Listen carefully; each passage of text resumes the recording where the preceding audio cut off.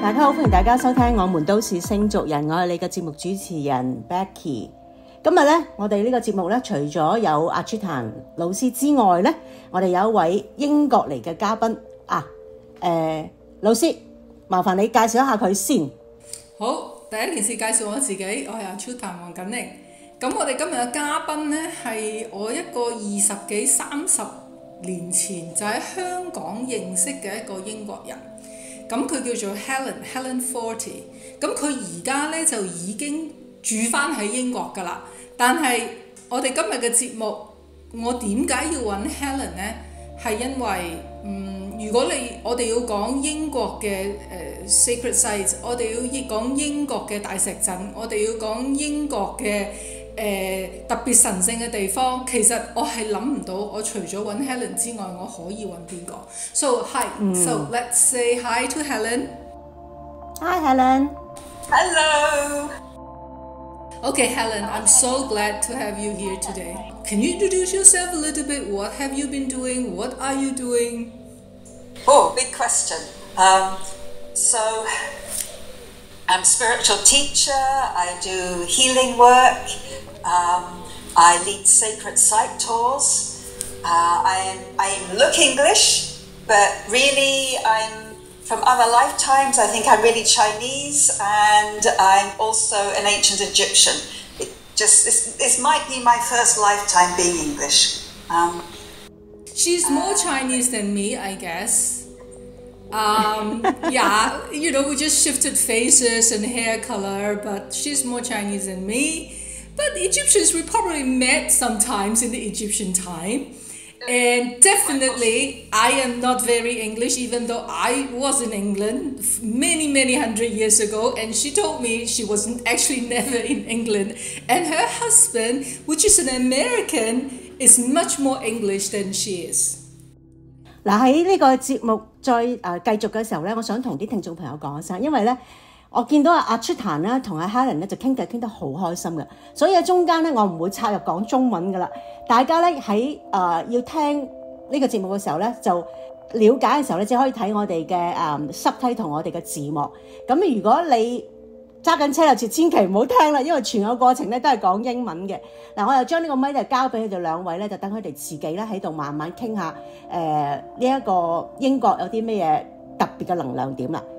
Thank you. I guess when we start, we just can't stop. We just sort of like blah, blah, blah, blah, blah, and continue. Okay, let's come back. When I first met you 20-something, 30 years ago, I remember, in Hong Kong, and you were a tarot card reader. That was the first thing I remember. And from there, you shifted to many other different things since then, in the past 30 years. Just give me a very, very light introduction about yourself. Sure. Okay. So I'm a shamanic practitioner, which means I consider everything to be alive. Places, animals, people, trees, everything, crystals, everything deserves our respect. I'm also a hypnotherapist, tarot reader, astrologer, talk to crystals, lots and lots of different things. I think for anybody on a spiritual path, we want to learn everything, right? So I want to learn everything, and partly learning everything is also remembering from other lifetimes. Hong Kong has actually been very important to me in my life, and it's been a place of great awakening for me. Today we're going to talk about some of the sites in the UK, but I want to say that you don't have to go to a sacred site to have a strong spiritual experience. It can happen anywhere. And one of the most powerful ones I've had in my life happened, I don't know, decades ago now, maybe before some of you were born, in Causeway Bay in Hong Kong. What happened? Okay, so this is true and a good story. I was in my late 20s, and I had gone through a lot of change in my life. I'd broken up a relationship, I'd been heartbroken, but I had found my feet again. and I had been living in England, but I wanted adventure. So I came to Hong Kong. Now this is back in 1989. I arrived in the summer, it was very hot, very different from England, but for me, so exciting. New smells, new colours, new sounds, everything different. And very early on, I was in Causeway Bay outside the MTR, and I had this amazing experience. I had this experience that suddenly I was in love with everybody and everything. Now, maybe you've had a similar experience, but at that point in my life, I had done no training for this. You know, I wasn't on a spiritual path. I hadn't gone to any workshops. I hadn't studied for this. It just happened. And as well as feeling in love with everyone, although there was nobody around me I knew, it was crowded, it was rush hour. I loved the pavement, the sky, the concrete, everything. I had what I think is now I know to be like a Kundalini experience. I had energy move up and down my spine, which felt, so good. It felt like I was being sprinkled with like golden dust. It was a big awakening for me. And it was like one of those moments which I expect many of you have had when like time stopped. Maybe this experience only took a minute or two, but it seemed like time just stopped and it was like an eternity. And I was part of this wonderful world where I love everybody, I accept everybody, I love everything. I have this energy moving up and down my spine. I'm full of joy. I'm connected to everything. I'm so alive. And that changed my life, actually. And so Hong Kong, this was not a sacred site, right? It's outside. No, Hong Kong is very sacred. Hong Kong, it's an energy hub. It's a very special place. I agree with you. It maybe doesn't seem like so spiritual, but deep down inside, it's a very, very special interconnection places on Earth. It is. I agree with you. Yeah, a lot of people, I think especially people who haven't been to Hong Kong, don't understand that. They think, Hong Kong, it's all about tall buildings and money, and actually, I agree. It's a place of huge change, transformation. Of course, at that time, back in 89, I didn't know many local people. I now know a lot of local people. I have huge respect for Hong Kong people. I think Hong Kong people have an amazing ability to change and grow and to be spiritual, very intelligent people. Yeah, so Hong Kong has changed my life. And that was the beginning, really, but at that time, I was already interested in astrology, which I'd learned since a child. My mother did tea leaf readings, so I had a little bit, but nothing very deep. Oh, but you have in your lineage, and that is not a little bit. You have it in your blood. Yeah, that is something you can't change. True, but I wasn't really conscious of it at that time. I knew I wanted to change my life. I knew I didn't want to be an architect anymore, but I had no idea what to do. And after that experience, I really opened up.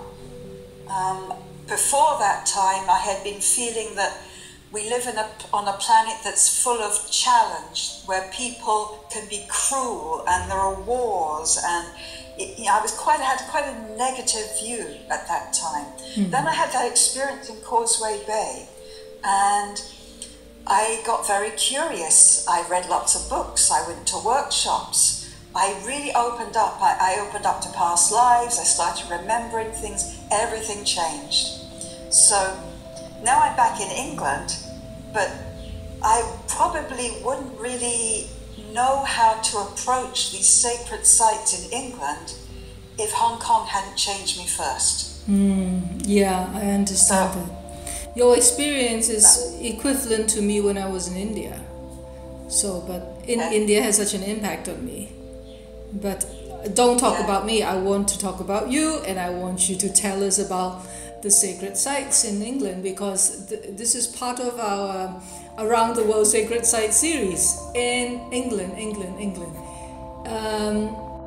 Everybody will tell you Stonehenge, but sadly to say, when I was in Stonehenge, not once but twice, thrice, I am like, my God, where is it? What happened? I don't feel a thing. My problem or other things' problem. So I want to hear from you. I understand. Well, as we were sharing earlier, when I was a child, nobody was interested in Stonehenge when I was a kid. The world has actually become a much more spiritual place since then. And it's because there are New Age people, spiritual people, that Stonehenge has become such a big draw. But when I was a kid, yes, we'd go there with my family, we'd take sandwiches and food, and nobody went there. We would just go sit in the middle and have a picnic. Isn't that lovely? You didn't have to pay anything, there was no tickets, nobody was interested. Isn't that lovely? Yeah. Tea time at Stonehenge. That's right. But okay. Now, see, Stonehenge is a place of power. So it's become a money-making machine. And all of these sacred sites, they respond to consciousness. They respond to us.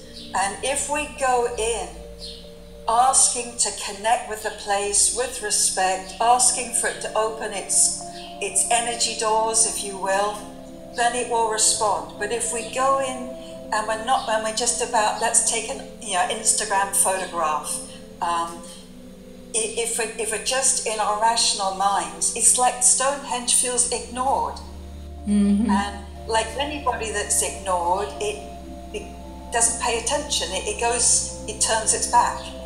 So it is more difficult now with Stonehenge, because you have actually thousands, if not millions, of people going to Stonehenge every year who are not trying to connect with it in a sacred way. They're just about taking a nice picture for social media. There's nothing wrong with that. Social media is fine. There's no harm in taking a nice picture.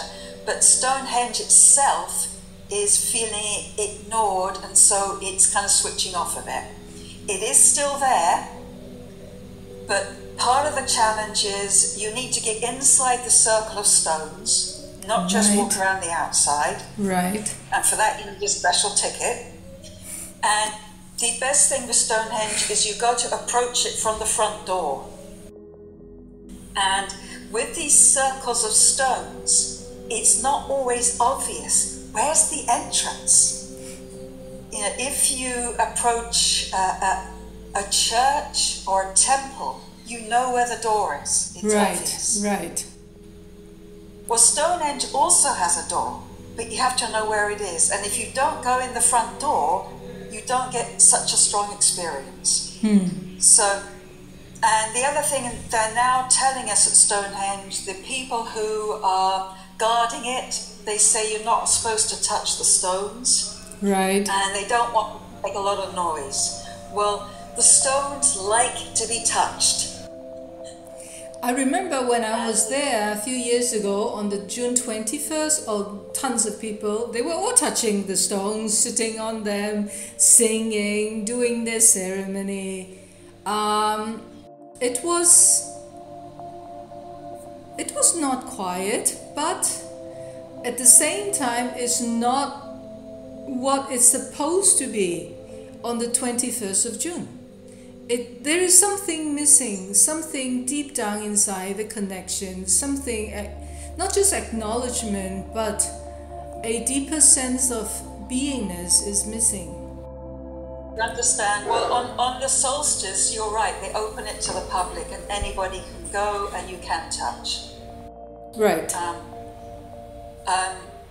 You can also pay for a ticket and go inside the stones, but they say you can't touch. You can't touch, Stonehenge right. It responds to ceremony, it responds to sound. And I have had the stones talk to me. So there is still life there, but some of the other sites in the UK, it's much easier to get. Tell us, where are those sites? Well, actually, there are a lot. One of my favorites is down in the far southwest, right at the bottom of England, in Cornwall. And there's a circle there. It's not far from a town called Penzance. And it's called Boscawen-Un. Yeah, I saw your picture. I saw the picture that you sent me. I'll describe it for anybody who's just listening. It's a circle of stones. It's about 20 plus meters in diameter. Each stone is maybe between a meter and a half tall. It's been there more than 5,000 years. The stones themselves are made of granite. And you will know that granite contains quartz. We have a lot of granite on Hong Kong, for example. Right. Hong Kong is primarily granite, and there's a lot of quartz in it. These stones at this particular circle, one of them has so much quartz, it's about 90% quartz. It's beautiful. And this is a circle that is, people go there, but a lot of people who go there are going there for spiritual reasons. And this is a site that is still used by local people for ceremony, for ritual, for prayer, so it's still very much alive. It's used to people talking to it. It's used to people not ignoring it. So I love it, and when I go there, whenever there's a place to any sacred site, whenever I go there, I always ask for permission. Please, may I come in? I'm sure you all do the same. It's the same as if we meet a tree or if we meet a cat on the street. We always reach out, right? If you want to talk to them, you reach out and you say, hello, and my name is, and please, for a sacred site, please may I come in? Please will you open your doors for me? And this particular site, actually the alignment is the same as Stonehenge. The front door is in the same direction. Actually, there are two front doors. One of the front doors is in the northeast. And the northeast is the place of midsummer, and it is the midsummer sunrise. So it's the time of year when there is the most light, the longest day. And so the energy of that time, it's about enlightenment. And if you enter either Stonehenge or this stone circle that's in Cornwall that I'm describing, from the northeast, that is the correct entrance to connect with that wisdom. So when I go in, I ask permission. Sometimes I take off my shoes as well, because then I can really connect with the ground. Right. And I'll go in from that direction, and then I turn back around and I face that direction. And every time I go to that site, it feels like I connect deeper with the earth, but it also feels like I connect with the sky as well. It's as if time again expands out, but this time it's like I'm not just looking at time from right now, this moment, but it's as if you get a sense of a much bigger picture from maybe when the circle was both first put together and the people who first did it. So it's a different type of experience. And is there any history about this place, or any legend or stories? Yes. Tell us a little bit. It's connected with the idea of the ancient people of the UK. They would travel. They were hunters and gatherers. And they would travel around the British Isles and probably to other places too. And in those days, the motorways were the seas. So this place in Cornwall I'm talking about, it's quite close to the sea. So people could travel to it from longer distances. They can come all the way from Scotland. Right. And it was a meeting.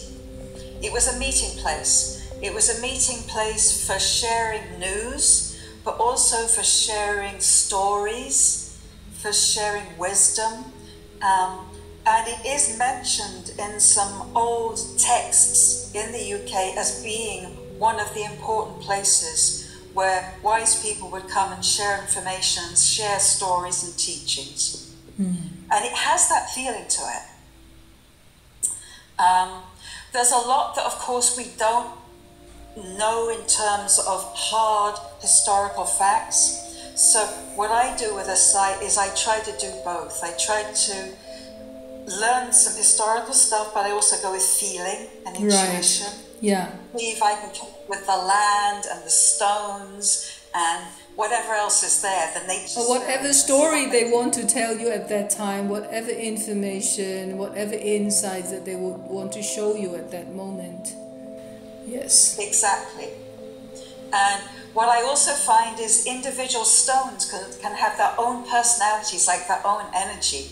And I feel like a stone circle like that is, those stones have been put there to be of service. They hold an energy, they hold a consciousness, and they've been holding it for thousands of years, and they've been holding it for people like us to go in there and to, in a respectful way, connect and ask to learn. So talking about stone circles, there are also many other bigger stone circles in England, like Everbury. And also, of course, if we go, more up, there's Scotland, there are more bigger, older stone circles. What about this Everbury? The Everbury one, which is... Avebury is amazing. Absolutely beautiful. Of course, it's no longer intact. There is a road driving through. Right, and shops, and your house is next to it, and you can actually have a sandwich there. Yes, exactly. But just think how powerful it would have been when it was first created. Yeah. Still powerful now. It's like about 330 meters in diameter, the circle. It's huge. Right. And the stones are so big. They are way bigger than a human. Some of them are big enough you can go and sit inside them. Right. They have their own personality. Yeah, there's so much there. And those are stones that is much easier to approach than Stonehenge, because you can go and touch. Right. Nobody's telling you not to make sound. You can pray, you can sing. Right. And also because it's so huge, you can just hang around all day long. You can do whatever you like there. And it's just like you're in a town. Yeah, exactly. It's a huge, huge ceremonial site. And there are avenues of stones coming in and coming out that kind of snake in. They kind of meander in. And the feeling there is very much, it's aligned to the winter solstice, both the sunrise and the sunset at the winter solstice. So it's like to capture the seed of the sun in the middle of the winter. It's about fertility. It's about seeding the next year. So it's a fabulous place for abundance, for fertility, for celebration, for dance. I love that place. And of course, the circle itself, and there's a big ditch, which is what henge means, by the way. The English word henge, it means the big ditch, or that's been dug out around the circle of stones. That is very big, but there's a lot more besides that. There are other related sites connected to Avebury. There were smaller stone circles. There are avenues coming into it. There are some beautiful trees now, beech trees, on the edge of the ditch, the edge of the henge. They're very alive. And if you do a Google search on Avebury, you'll see they're beech trees, and that you can see their roots, their tall trees. You can go and talk to them as well. And just like any sacred place, you just go approach them hello, my name is, can I talk to you? Can I listen to you? Go touch them with respect. And they're like guardians. They have a wonderful energy as well. It seems like so much. When you were talking, it just brings me back to the time of witches, of this ancient wisdom that England always has. But somehow we know the story, we know the history that, how they stop it, how much they were killed. But it's still singing through the wind and whispering next to us when we are there. This is how I felt. How beautifully put, whispering through the wind, exactly. You're right, it's in the wind too, it's in the stones, it's in the earth. And when I go to these sites, I sometimes find the wind will increase. It's like spirit is talking. Howling next to you. Listen, hey. Yeah. And I also feel, even though a place like Avebury, it looks so different to, say, pyramids in Egypt or some other sacred sites around the world. Mm-hmm. But I feel like the knowledge that is there goes back to an earlier civilization. Right. Maybe Atlantis, maybe Lemuria. There is teaching that has come through a lot of different cultures, and some of these places, I believe our ancestors, your ancestors, my ancestors, these are all of our ancestors. Mm-hmm. Doesn't matter what their color skin is or anything, they're all our ancestors. Some of these places, I think, were built to last on purpose. Yes. In the hopes that their children, who are us, would one day wake up and reconnect. Last time when we were recording some other places, spiritual sites, and I was asking Rebecca a question. I said, if you are going to leave a message for the people thousands and thousands of years behind you later, what are you going to do? What are you going to leave? Stones. There's nothing more durable than the stones. This is what we are going to do. It could be a pyramid, it could be a Stonehenge, it could be a circle, but stones. It's at least it can stay for a few thousand years, probably not a million, but 10,000 years, barely. But still, there are thousands of years that you can do. It's not that they can not reach a higher civilization or technology, but then we don't have the higher civilization or technology to read it. We can barely read the stones. This is the thing. I agree with you. I want to hear more. I remember you were telling me about Glastonbury tour. Yes. That's a place, for all the witches and witches, that you cannot miss that part. It's just something that you have to go. It's like, meeting my ancestors. I agree. And so I'll talk about Glastonbury, but just to follow up on what you said about stones also hold energy. They hold memory, which makes them extra special as well for that reason. Not just crystals, people, not just crystals that hold memories. Stones hold memories too. So wherever I go or you go, I guess you have the same idea like I was. I like to pick up stones along the road, anywhere, sacred sites, churches, temples. Stones is always stones. You don't need to spend a lot of money on a piece of stone, but you will have the same energy, you will have the same answers. Whatever comes to you will still come to you, my dear. Agreed, I do understand. Right. And so Glastonbury is also amazing. It's got so much there. Yes, the tour that you're talking about is very, very old. Thousands of years, maybe 5,000, maybe older still. It has a very strong female goddess, divine feminine energy. It has this, there is like the two ley lines actually come together at the tour, two like dragon lines of energy, but they do it in a like a labyrinth pattern. So not straight lines, but in wavy lines. And it's really a magical place, and it's wonderful when you go there just to lie down on the grass and breathe and just sink into the land, become one with it. And of course, in older times, that was land that would often flood.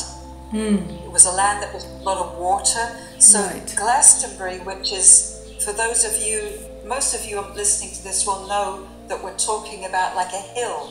Glastonbury Tor is like a hill. There's also been shaped a bit. In old times, it would be surrounded by water. It's like an island. Right. When it's flooded. So there's always something rather... Yes, exactly. There's something very sacred, I think, about islands. Very special about islands, anyway. Hong Kong is an island. Yes, right. Exactly.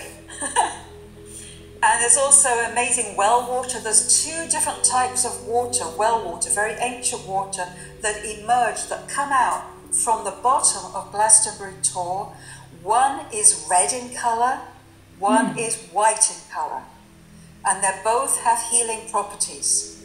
Okay. One has got iron in it, of course, that's the red one, and the white one has got calcium in it. And they've been drunk for thousands of years for healing, and they're very special too. So this is the Chalice well or the white well? The red well. Right. The Chalice well has the red water, and then there's another one which is called the White Spring, or the white well, which has got white water. And that is fabulous. If ever any of you go to Glastonbury, that's one of my favourite places. Please go there. It's open to the public, and you can go in for a donation. And inside the White Spring, there's a building, and the spring comes up inside the building. It's dark inside. It's like a cave. The water is very cold. If you're brave, you can go inside the water. You can even take all your clothes off and go into the water. It's thought to be very healing. It certainly feels that way. There's also a shrine there to Bridget. And Bridget is an energy of the feminine divine that is also fiery. It's a bit like Archangel Michael, only female. And the energy of Bridget's very, very strong. Last time I was there a few months ago, she was very strong, and she talked to me, she gave me messages. It's a wonderful place. Yeah. All the time thought Bridget is it's a Norse deity. It's like in the northern part, Bridget. Yes, Norse. Yes, you're right. Yes, yeah. But you know, I also have this theory, like, all goddesses are really part of one divine female. Yeah, and then at the end they're all Guan Yin. And yes, and they have different names in different countries, but I know. It's like they all talk to each other, all part of a similar energy. Somehow at the end they will all gather together and become one. Yes. In Jewish they also have something like that. They call it a Shekinah, which means it is the feminine energy of everything, of all, of God, of everything. So they also have a term like that, but it's not a specific personality. Now we all give them names and this and that, but after a while you can drop the name. I discovered they're pretty much all interconnected to each other. That's my understanding as well. Yeah. I want to ask one question. Before we finish, I want to know, of all the places in England, where do you think is the most sacred place? Oh, what a difficult question. I know. Okay. I would say Avebury has to be one of them. There's a really important stone circle up in the Orkneys. I would say that is one of them. Right. But you could also say, in a way, that the most important sacred site is inside every person who goes to those places. in a way. It's like, because it's not just the site, it's our connection with it. Right. And when we go there and we connect with something divine inside ourselves, which is everywhere. And if you're listening to this and you can't go to Glastonbury, or you can't go to Scotland, and you can't go to Cornwall, it doesn't matter. You know, there may be a tree on the road where you live that's old, you can go and talk to. They're all interconnected. They're all interconnected. It's about approaching them in a respectful way and asking to connect. Yes. Beautiful. Because most of the time our mind will tell us that you have to go there, you have to do certain thing, you have to lie down on the ground, you have to say the prayer, you have to watch the sunset, you have to see the sunrise. But actually, after all, maybe you just go to Causeway Bay. Yeah. That which MTR station is that? Which exit? You know, we pretty much know where is the MTR station, so we can try out every single one if whoever is listening. And I am so glad to have Helen today, and it's just wonderful. It gives us a lot of insight, true insight from the heart. And I know Helen is also doing tours in England and taking people to see sacred sites. I told her one day I'm going to come and you're going to show me, because I think that it's very interesting to go with her. Not that I can't go myself, but I love to be with her and have fun and walk around and talk to the birds and sing to the trees, or just lie down, be a happy kid. Why not? Yes. Okay, so Helen, I have a question for you.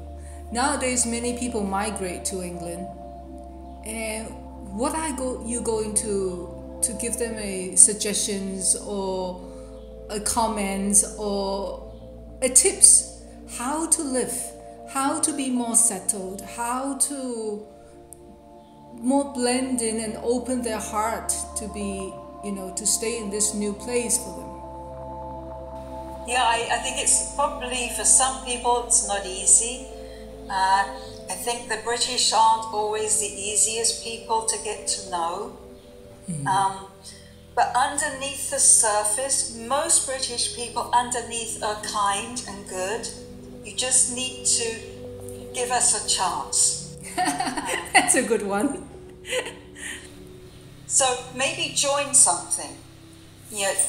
Find an opportunity. Don't just stay with your Hong Kong friends, but also join something else. It could be anything: a cookery class, a spiritual group.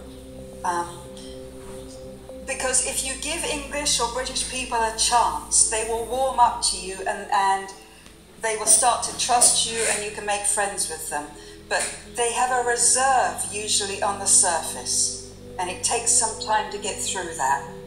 And I would also say, please don't lose your love and respect for your own culture as well, which you have very many good reasons to be very proud of, and it's wonderful. So please also keep that. And if you move to a new country, it's very different than someone who's only lived in the same country all their life. Right. I lived in Hong Kong for a while, and that helped me really grow and understand. I actually understood more about what it was like to be British when I was no longer living in England, because I had a different perspective. Right. And actually I learned I wasn't really British, I was European. I got a bigger view.